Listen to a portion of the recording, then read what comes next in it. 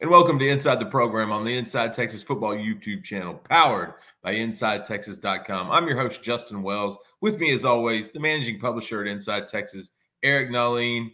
It is Texas OU Hate Week, and you need to join Inside Texas right now. We're having a flash sale, 50% off of an annual membership when you use the promo code HOOK'em. That's 50% off right now.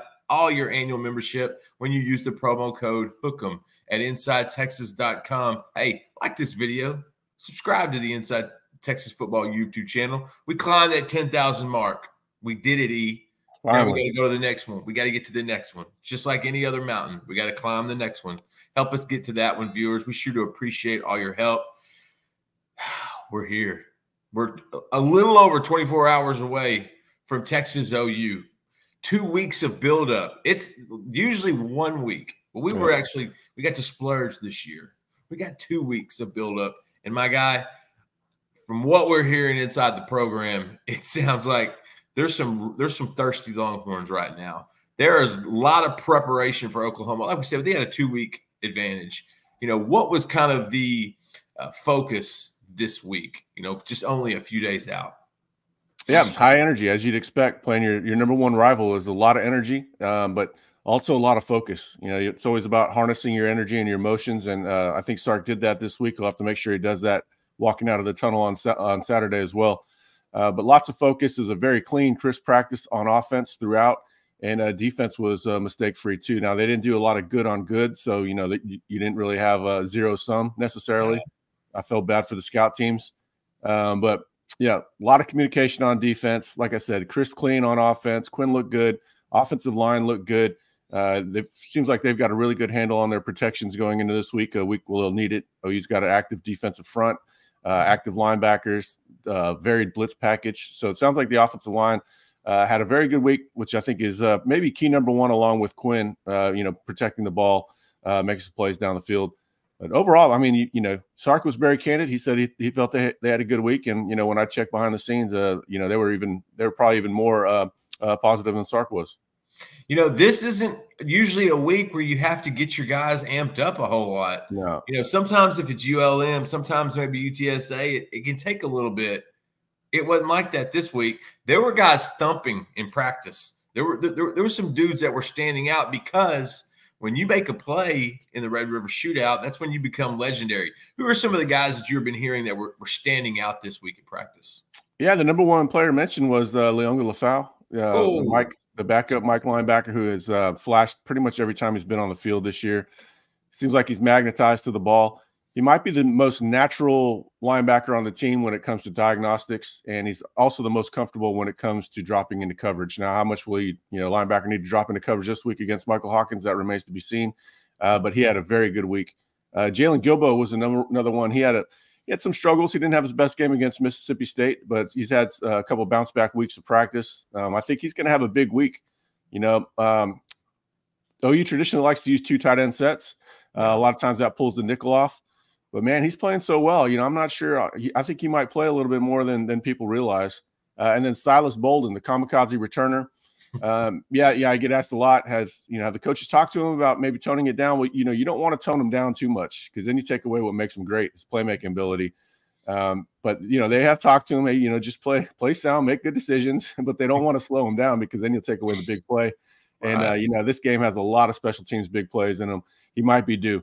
But he also had a good week as a receiver, made a lot of connections with Arch down the field. We saw he got robbed against Mississippi State. He continues to make plays like that. Maybe he could be a surprise breakout player. Not necessarily surprised he's been falling inside Texas, but out of the 6 wide receivers, he's probably been the quietest so far this season. But he could be due for a breakout on the field as well.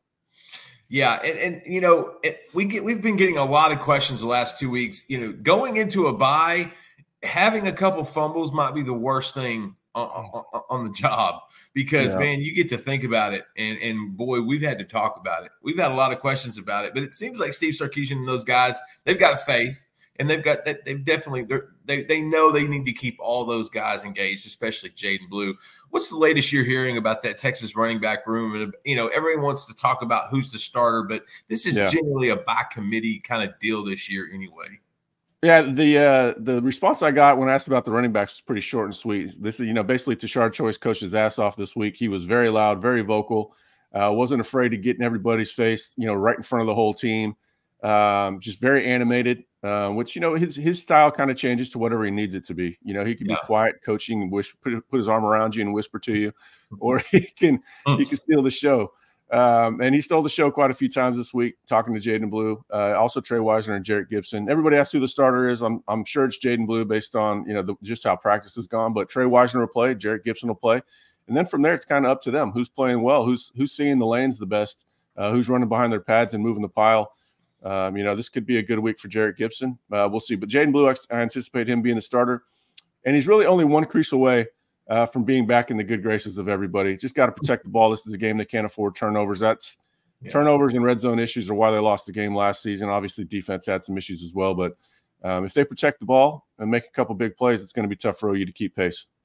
Yeah, you knew Tashard Choice was going to bring that A game this week, knowing the running back room. It's one thing that's going to get talked about. It's one thing I think Texans used to lean on. There's somebody else we like to lean on, and that's Andre the Lawyer. Hey, this video is brought to you by the man, Andre the Lawyer. If you're ever injured, trust the team that's secured millions for their clients and helped thousands of Texans with their injury cases. Car wrecks, slip and falls, 18-wheeler accidents, on-the-job injuries, and wrongful deaths. Do not let that insurance company tell you what your claim is worth. Andre the Lawyer is going to fight for you. Give him a call at 214-444-8808. He's located in Dallas, but he will help Texans throughout the state. Give him a call. If you're ever stuck, you're ever in trouble, give Andre the Lawyer a buzz. 214-444-8808. He's so good, he will even mail you back your hoodie that you leave in an Uber in Ann Arbor. Now, Michael Hawkins, that's the talk. A lot of talk here. Oklahoma really doesn't have an identity on offense. I think they're trying to find one. They may have found one with Michael Hawkins. What is kind of the defensive scheme? Or they may not have. Let's see. What is the defensive mindset going to be with trying to limit Michael Hawkins? Because he is a true freshman quarterback. This is a new environment, new atmosphere for him on Saturday. What's Texas going to do to try to confuse him? Yeah, well, everybody respects his upside. I think they respect the composure he showed so far for being a true freshman. They respect his legs. Obviously the kid, he's a player with some tools. There's no doubt about it. I think he's got a nice little arm on him too. But as far as being mentally prepared for this game, being able to get to a second read, they don't think he's going to have a whole lot of success with that.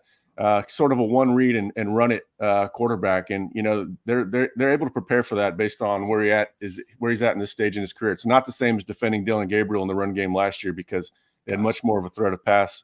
They had better weapons on the outside. You kind of feel – you don't really, but you kind of feel bad for Michael Hawkins. If you're an impartial observer on this game, you'd feel bad because the offensive line is not great. The running game is not great. He doesn't really have anything to lean on. The wide receivers are decimated with injuries. They don't have a lot there. We'll talk a little bit more about that. But so Hawkins is kind of on an island by himself. He's a true freshman, second game. Second start of his career is in this environment, the craziest environment. Wily veterans will tell you that it's sort of a tough environment to play on, and he's just brand new. So, I think they've got a good plan for him. Everybody asks if they're going to spy him. There's going to be eyes on him on every play because they think that's pretty much their greatest threat. Right. That doesn't mean that Anthony Hill's going to sit back and wait for him to leave the pocket. It doesn't work like that. You become too predictable. But they've got a good plan in place, I think, to keep him in the pocket and fluster him. When the Texas injury report the last couple of weeks has been a lot of running backs. But for Oklahoma, it's been the same at wide receiver. A lot of wide receivers dinged up in this game. A couple other positional guys as well. What's kind of Texas what's going to be their approach with some of OU skill talent? Because we know a few of those guys over there. Texas even recruited some of them. I remember J.J. Hester's recruitment. What is Texas going to do to try to counter that skill talent that is dinged up? And it's not the same as it was a few years ago when Lincoln Riley was running that program. Yeah, they poked around on Deion Burks out of the portal, and they poked around on Nick Anderson a little bit coming out of high school as well. We kept wondering if that offer for Nick would come. He's a pretty talented player. They're missing their top three wide receivers, and it would be a quality group if they had all three. It wouldn't be the equal of Texas, but it would be a good group and certainly help matters.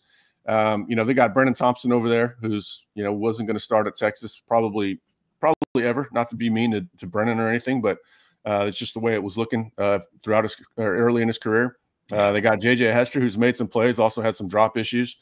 They're not bad receivers at all. They're just not the difference makers that this team desperately needs. They need some playmakers on the outside they don't have.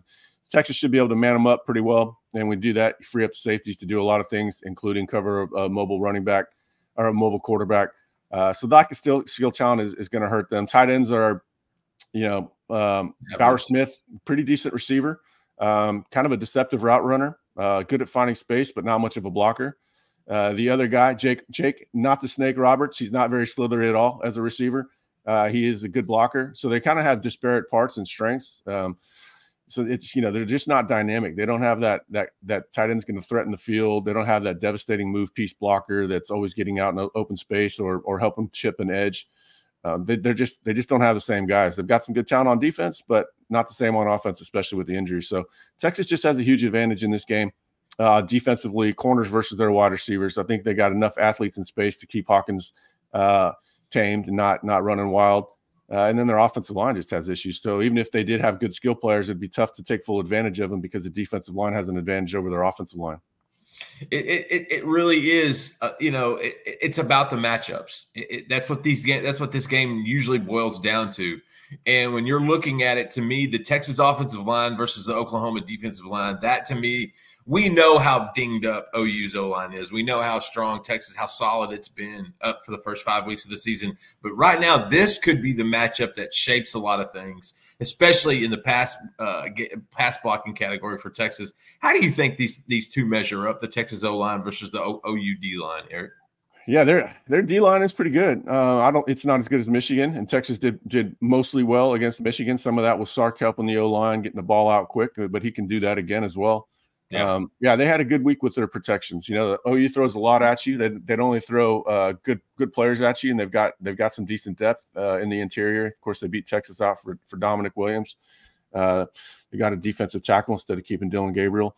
But they've got a decent little defensive line, and Texas has a good offensive line, especially pass blocking. Now, it remains to be seen if the offensive line is going to be able to get movement in the run game. They've been challenged this week. Kind of part and parcel with Tashard Choice getting on the running backs. Kyle Flood has made it known they've got to run the ball better. And we'll see if they can do that. I think that there's a good chance OU could try to focus on taking away the pass for Quinn Ewers, and if that's the case, then Texas has to take full advantage and run the ball. And then if Texas has success running the ball, then it's probably going to be over anyways because that should open up the pass. That's the beauty of the run game. It opens up everything. The team mindset, I believe Michael Taft was talking to the media this week, and they remember stuff. You remember stuff, the Daddy Stutzman T-shirt and things of that sort. And Michael had a really good statement. I remember everything. And you know what? I think this game means so much to the diehard Horns that became Texas Longhorns, kids that grew up loving this game like Quinn Ewers and Michael Taft and those guys. What do you feel like is the team mindset? And they understand the importance. If anybody in this program, those are guys that completely understand how important this OU game is. It's not just about staying at the top of the SEC rankings. It's not just about winning week to week. It's beating Oklahoma. This is how you keep your job at Texas. What has been the team mindset, preferably this week in particular, and just how important this game is this year? Yeah, I think any competitor, and there's a lot on the team, not just Taft, will remember last year, Stutzman, Ethan Downs standing over Quinn Ewers. They remember that sort of thing. They didn't necessarily reflect on the game a whole lot. They don't want to put bad thoughts in their head. Their idea, they talk more about it should be more like 49-0. That's our expectation, and not playing poorly and having to claw their way back into the game and that sort of thing. Right. It's kind of like when Tom Herman was at Texas and they were struggling against Kansas, and he goes into halftime, he goes, "God, guys, this is just like last week where they had blown a lead." You don't put those thoughts in. You don't put those thoughts into your players' heads, man. So they don't really reflect on the game. They know they've got to play better, but they do use some of the antics and stuff, I guess, as motivation. I'm not sure they really need all that stuff. I think Taft can be a little hyperbolic. David Benda, we've heard him be a little hyperbolic at times too. But those are two of the most competitive guys on the team. So that stands to reason. but yeah, I think they've got all the motivation they need. I do think something I put in the article this morning, and I encourage everybody to go read Inside Texas, because there was some cutting room information that I did not post just because it's a little too sensitive this far out from the game. I'll write up some notes right before kickoff, so it can't harm anything. But yeah, I think Sark is finally understanding the magnitude of this game. And that's not to say he ever took it lightly. That's don't take my words out of context. But I think he's given it the added emphasis it probably requires. And I think Texas will come out with a killer instinct, and I expect them to maintain it for 4 quarters. Now that means they still have to execute well. They can't have these dead ball fouls that they've had way too many of going back to really Sark's first year. What's the value of being such the most experienced team on the field if you keep shooting yourself in the foot? So they got to protect the ball. They can't have stupid penalties. But if they do that and just execute, this game is going to be over with before the fourth quarter, and then we'll see if Sark wants to pour it on. Guys, it's hate week. It's Texas OU, and we couldn't. We've never been able to cover both. Back-to-back weeks, a bye week going into it. But if you're Texas and you've got a big run ahead of you, I mean, next 3 weeks you got Oklahoma, Georgia, and do not underestimate the fighting Diego Pavillas at Vanderbilt. Man, there's so much good stuff. Come see us at InsideTexas.com. It really is the best absolute time. If you use promo code HOOK'em, we will give you 50% off of your annual membership. It really is a great time. Come join us at InsideTexas.com. Promo code HOOK'em. And, man, that will set you up. Eric, you're ready? Get your game. You've already got your game face. I can tell. You're already in the right mindset. Hey, go have fun in Dallas. To all the fans, if you see the guys from Inside Texas around, say hi. Shake your hand. Let us earn your business and enjoy some Texas Hate Week. Fans, thank you for watching us and making us a part of your day and joining us on the Inside Texas Football YouTube channel, powered by InsideTexas.com.